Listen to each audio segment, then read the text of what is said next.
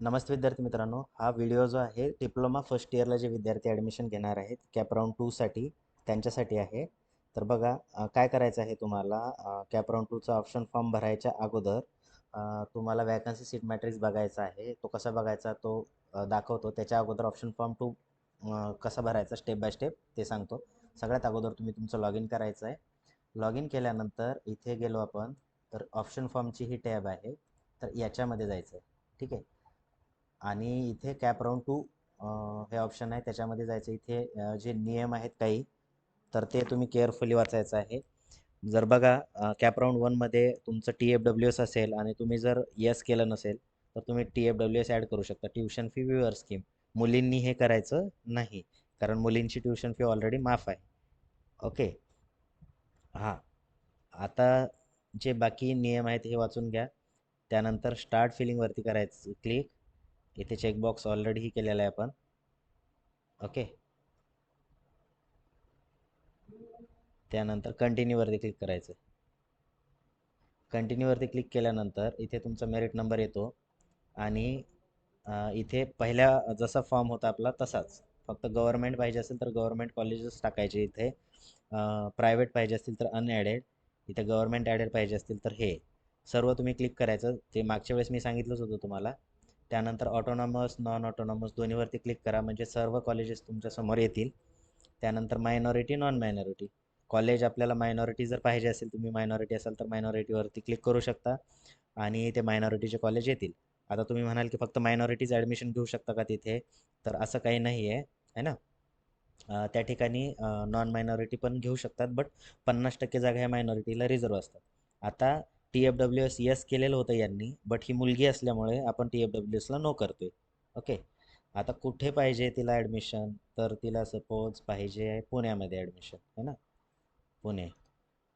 तर पुणे रिजन नाही सिलेक्ट करायचं, पुणे जिल्हा सिलेक्ट करायचा आहे. ठीक आहे.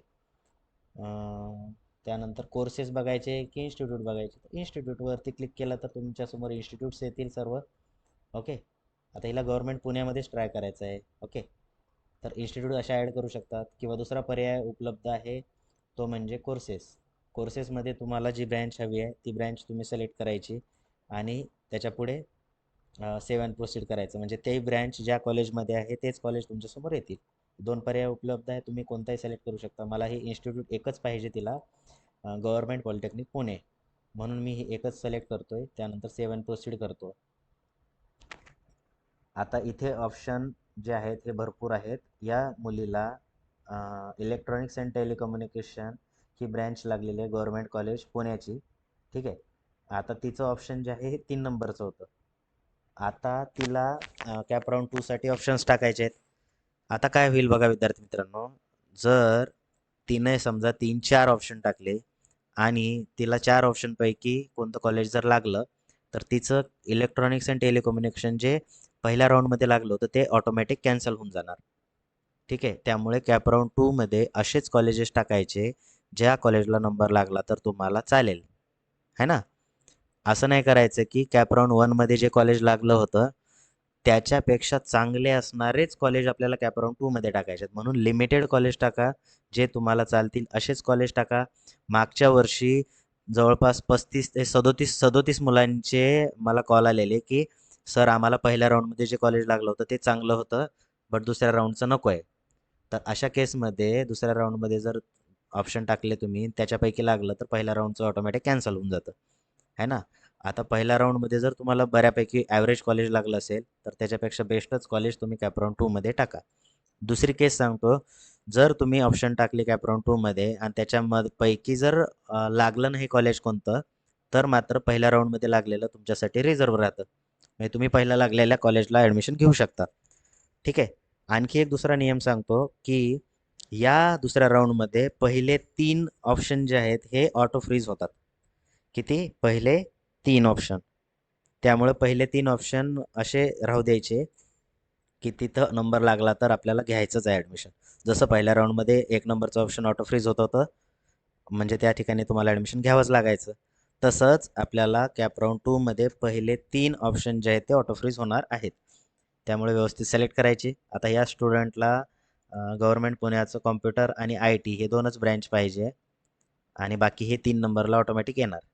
आता सेव्ह अँड प्रोसीड जर केलं आपण, तर इथे बघा कॉलेजेस येतात, है ना. पहिले कॉम्प्युटर पाहिजे हे किंवा आय टी पाहिजे, हे ऑप्शन आपण वर खाली करू शकतो, तुम्हाला जसा सिक्वेन्स पाहिजे तसा.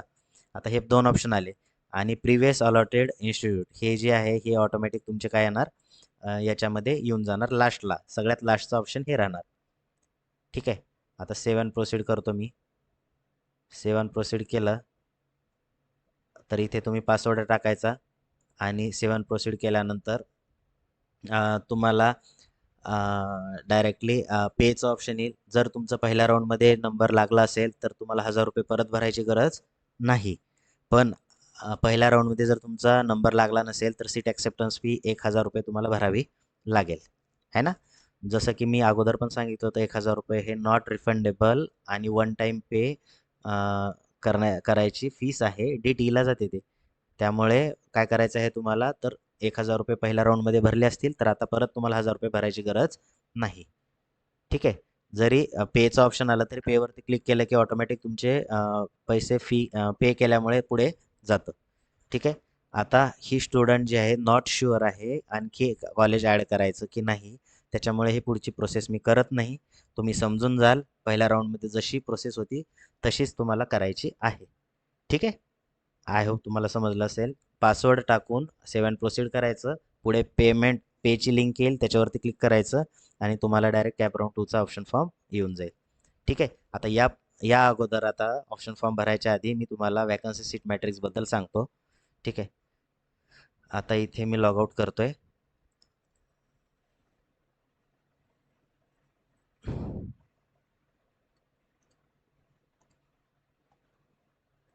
आता इथे जर स्क्रोल केला आपण खाली, इथे कॅप राउंड 2चं कट ऑफचं जी आहे ही कट ऑफ नसून काय आहे, तर तुमचा वॅकन्सी सीट मॅट्रिक्स आहे. याच्यावरती क्लिक करा. हा काय आहे, वॅकन्सी सीट मॅट्रिक्स आहे. चुकून त्यांनी कट ऑफच्या ठिकाणी अपलोड केलेला आहे. ओके. आता याच्यामध्ये बघायचा कसा ते सांगतो तुम्हाला. हे कॉम्प्युटर इंजिनिअरिंगचे बघू. आता कॅपच्या सीट टोटल किती आहेत? 10 सीट. किती आहेत? 10 सीट आहेत. आता 10 सीट कशा आहेत तर बघा, technical, technical, non technical, non technical. 10वीला जर तुमचा टेक्निकल विषय असेल तर या ठिकाणी वॅकन्सी वेगळी आहे. नॉन टेक्निकल असेल तर या ठिकाणी वेगळी आहे. आता HD म्हणजे काय, तर होम डिस्ट्रिक्ट.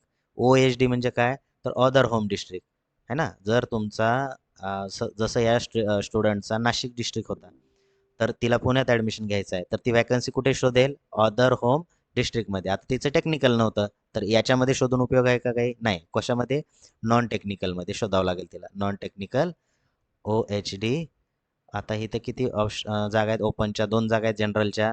त्यानंतर STची लेडीजची जागा आहे एक. ओके. आणि अशा टोटल किती जागा आहेत, 3च जागा आहेत नॉन टेक्निकलसाठी. अशा टोटल 10 जागा आहेत. जागा जर बघायला गेलो तर खूप जागा कमी राहिलेल्या आहेत. आता इथे TFWSची जागा आहे की नाही हे इथे चेक करू शकता तुम्ही. सीट किती आहेत, 0. ओके. EWSच्या आहेत 2. EWS माहिती आहे तुम्हाला, इकॉनॉमिकल विकर सेक्शन. EWSचं ज्यांचं सर्टिफिकेट असेल, ज्यांनी व्हेरिफिकेशनमध्ये EWSचं सर्टिफिकेट अपलोड केलं असेल, असेच विद्यार्थी फक्त EWSसाठी एलिजिबल आहेत. ठीक आहे. तर अशा पद्धतीनं तुम्हाला तुमचा ऑप्शन फॉर्म, कॉलेजेसची लिस्ट, वॅकन्सी आहे की नाही हे चेक करायचं आहे आणि त्याच्यानुसार तुमच्या कॉलेजेसची लिस्ट बनवायची आहे.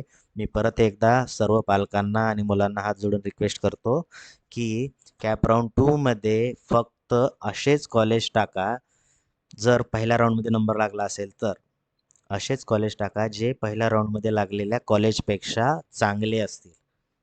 ठीक आहे. परत मला फोन करून म्हणू नका की सर मला पहिल्या राऊंडमध्ये लागलेलं कॉलेज चांगलं होतं, आता मला दुसऱ्या राऊंडमध्ये लागलेलं नको आहे. ठीक आहे. प्लस दुसरा मुद्दा हा आहे की पहिले 3 ऑप्शन ऑटो फ्रीज होतात, म्हणून पहिले 3 ऑप्शन खूप केअरफुली टाकायचे आहेत. आलं लक्षात? हां. आणि पहिल्या 3 पैकी कोणतं कॉलेज लागलं तर तुम्हाला पुढचा राऊंड कॅप राऊंड 3 करता येणार नाही.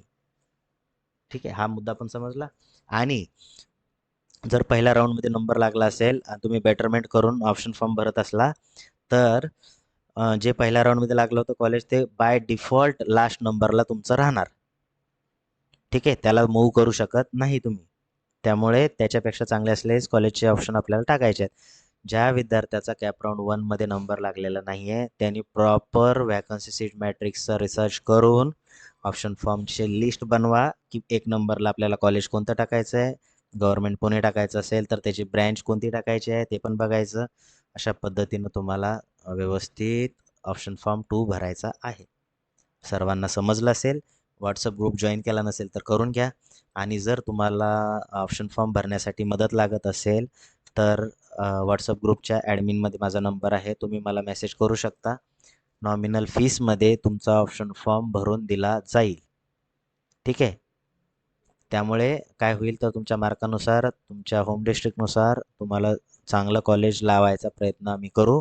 तसे ऑप्शन टाकायचा प्रयत्न करू. तुमचं मेरिट बसत असेल, वॅकन्सी असेल तर तुमचा नंबर त्या ठिकाणी नक्की लागेल. ठीक आहे.